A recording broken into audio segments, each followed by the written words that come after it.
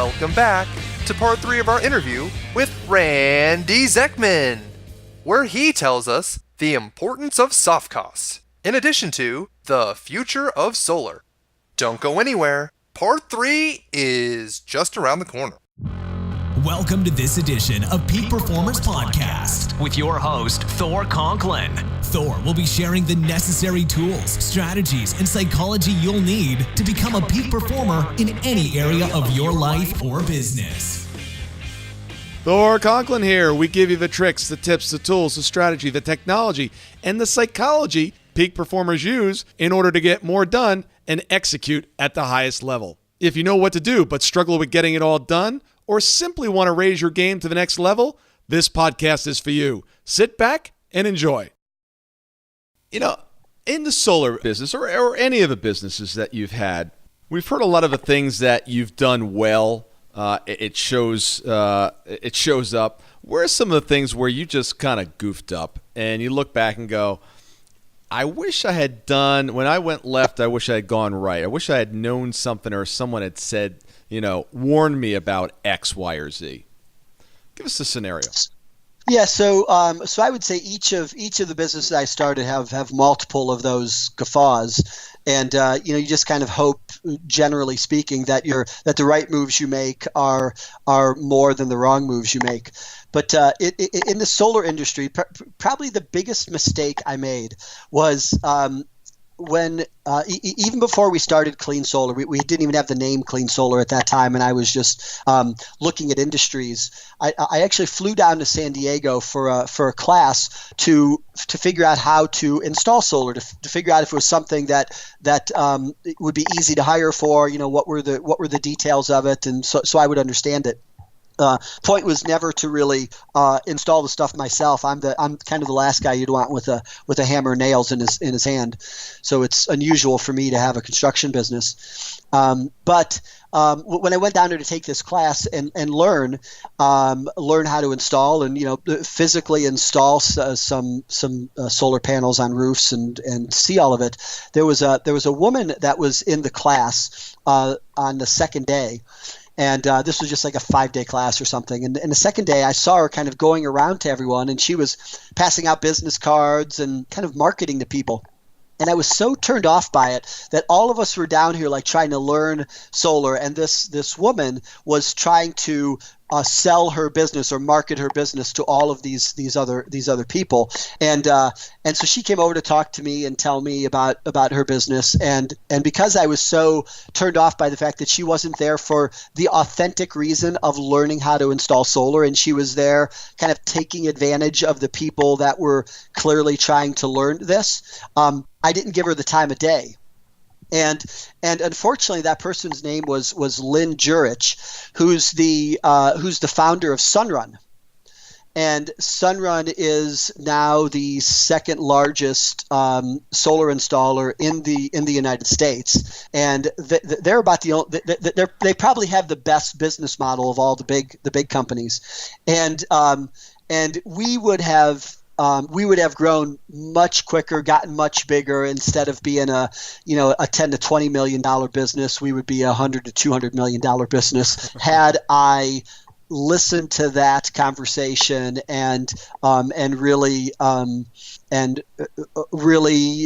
taken advantage of the fact that she was looking for folks to peddle her financial model, which I spent a lot of time trying to develop myself and was unsuccessful in doing it. And I could have just teamed up with them early on and grown very, very quickly. Now, there's a plus and minus to that, because at the end of the day, we're in a good position now, and we've grown at a sustainable rate, and we have very good Yelp reviews because of that. And had we gone this other route, we would have a very different business right now, albeit much larger.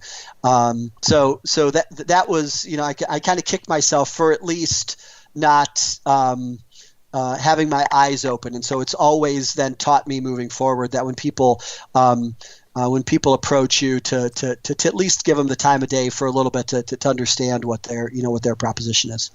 Interesting. Now, did she have a large organization at that point, or she was just kind of on her growth curve as well?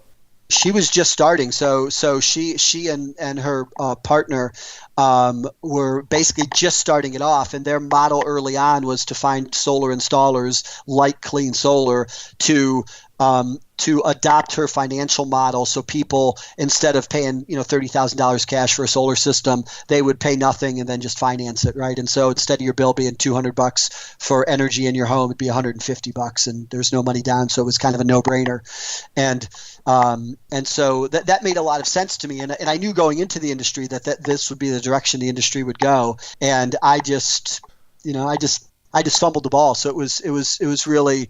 There's certainly lessons we have in life, our own personal lives as well as in business, that are ones where you just bang yourself in the head going, what was I thinking? Why didn't I have wider eyes during that time? Right. It's kind of like the people that took the pass on Uber. Hey, you want to get an Uber? It's like, oh, what is this? Yeah. Exactly. Or any investment like that. Well, what's changed? 11 years ago, how much was it to put a solar system on your basic 4-bedroom house, and what is it today? Pricing going up, down? What's changed in the last 10 years?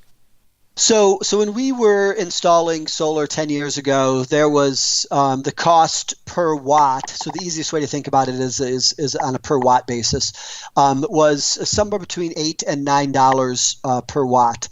And so the average home got about 5,000 or 6,000 watts, and so the gross cost was somewhere between $30,000 and $50,000. At that time, there was a state rebate. So the state of California had a very generous rebate, of which many states followed over the years. And at that time, the rebate was $2.50.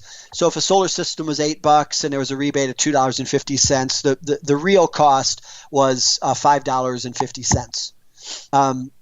And then there was a federal tax credit of 30% on that, and so the bottom line cost, if you really look at a tax credit, which is dollar for dollar, it's not a tax deduction but a credit.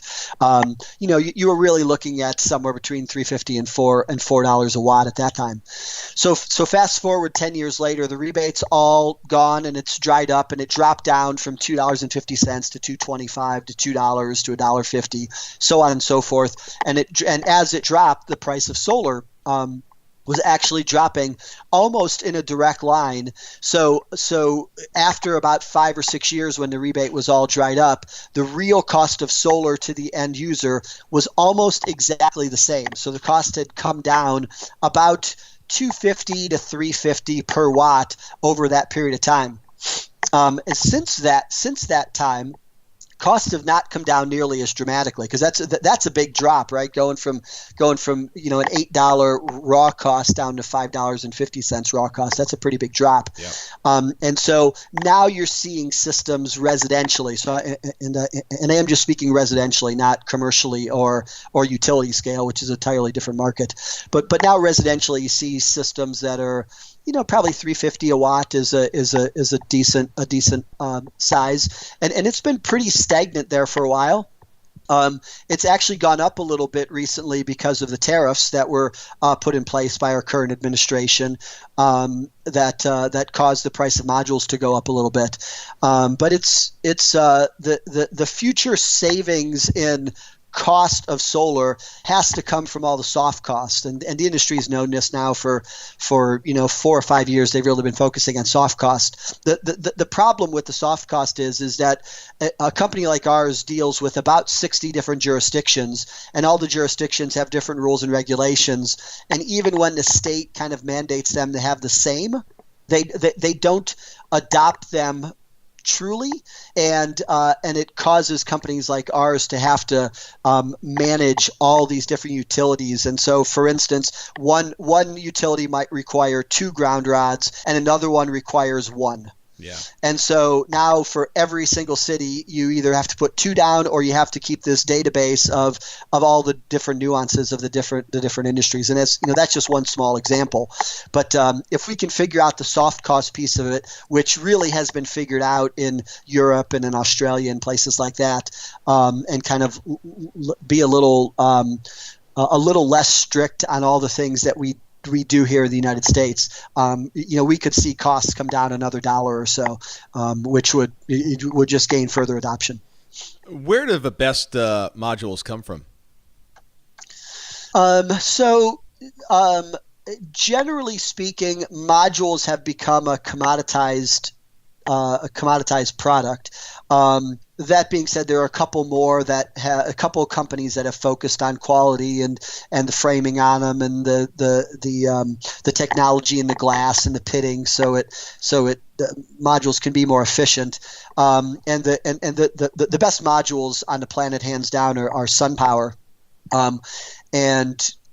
And there's no real argument that they're the best, although LG has started making a product that is starting to challenge them.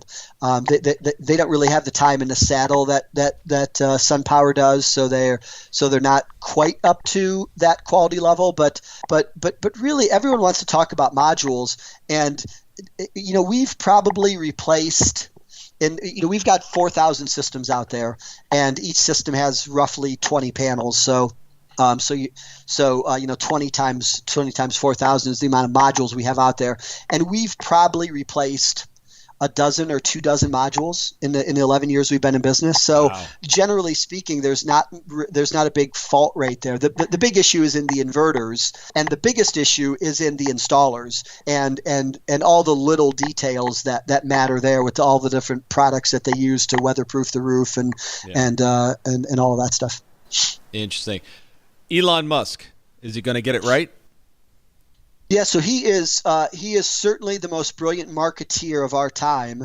I'd say he's taken that baton from Steve Jobs, and clean solar and thousands of solar installers have benefited from his megaphone and his ideas. He's clearly brilliant, and Tesla's changing the world in many ways. And so from a car perspective, I think he's the changes already happened. To me, the future is pretty clear from a vehicle perspective, and from a solar perspective, and even from his SpaceX company. All that seems pretty clear. All those business models will thrive for the foreseeable future. Whether Tesla is the one that dominates it, I think, is to be determined. The interesting thing Tesla has right now is they have a great brand in their vehicle, and that their vehicle is the flagship property. But their solar installation company has lots of problems, as I mentioned before, from a customer service standpoint. Because they do so much volume, it's really tough to do all the custom things that need to happen on people's homes because it's their cherished possession. So it'll be interesting that from a brand perspective, what happens with that, as well as their batteries. So they're taking the path of it's all about the cost for battery, and because we're going to produce a gigawatt of these things in their gigawatt factory in Nevada, that we're going to get costs down low enough that batteries will be a major part of our grid for the next 100 years, and all that stuff will happen. But because they're growing so fast, they just have lots of technical and customer service issues. I mean, I'm always amazed at a billion-dollar company like them. You ask them simple questions about product or different items, and even the most simple items, they just haven't. They haven't come up with the answer to it yet, and it's not that they don't have the answer; they just haven't had time to implement the million things that have to be implemented to have a truly successful business. So hopefully they have done a good job hiring people that can operate as well as they have sales and marketed the business. But I think that's to be determined, really. All right, my last question for you. Today, you don't have the solar company. You're still doing the chocolate fountains, and you're looking at the solar industry. Would you do it today? Yes, absolutely. I still think that there's a space for companies that are doing it the right way. And one of the things I've always liked about the solar industry is it's a high ticket item, and so people are always going to care for the company that's the best in the space, or the companies that are in that upper tier when it comes to customer service. So just like an automobile, there's not one company that is in that high-end customer service space. There's multiple companies. The same thing is true in the solar industry, because of the dollar amount that people are spending and the amount of time people make to make those decisions. And I've just always personally been a good operator, and it has that has done us well in this industry that we now can put a quantifiable mark to what good service means with all the different rating services that are out there. So I do think a good company doing it the right way, it would probably take a little longer to grow quickly, and getting on an Inc. 5000 list would probably be harder now than it was 10 years ago. But it's certainly the right space to be in, and it's an industry that's going to put my kids through college. I love it. Even though they don't have the 123 line item checkbox. Was it 123 or 126? 126. 126. Yeah. Don't want to forget about those extra 3. So, Randy, for those listeners in Northern California that are listening and are interested in solar, let them know how they can get in touch with you. Sure. The company's name is Clean Solar. Our website is cleansolar.com, and our 800 number is 888-551-7652. 888-551-7652. And I'm Randy Zechman. I'm the CEO for Clean Solar. Randy, thank you very much, and we look forward to seeing you back on the show. Great. Thanks, Thor. Thank you. Thank you so much for listening today. I really do appreciate your time, and I hope you found today's show valuable. If you would like to receive these shows automatically to your phone or to your computer, simply go to iTunes and subscribe. After listening to several of the shows, if you're so inclined, please leave us a 5-star rating, as this helps us reach additional people and spread the message. If you're truly committed to taking your life to the next level and doing whatever it takes to become a peak performer, but something's holding you back, something is blocking your way, and you just can't seem to figure out what it is, send me an email to info@thorconklin.com, and I'd be more than happy to get on the phone with you. We'll schedule a 15-minute discovery call. No obligation, no cost. I absolutely love to hear from the listeners, and if there's something I can do to help, I'd be more than happy to do that. Also, if you found something of great interest in today's show and you want to share that with your friends and family, simply go to my Facebook page, Thor Conklin, click on the episode, hit the share button, and share it on your page. You can follow me at Twitter at Thor Conklin. The website is thorconklin.com. We're constantly adding new free resources, discussing additional tricks, tips, tools, and strategies on how to be a peak performer. Remember, I try to keep these episodes short so you can listen to them during dot time, doing other things, commuting, driving, walking, working out. Decide to be a peak performer in all that you do. And until tomorrow, have an absolutely amazing day.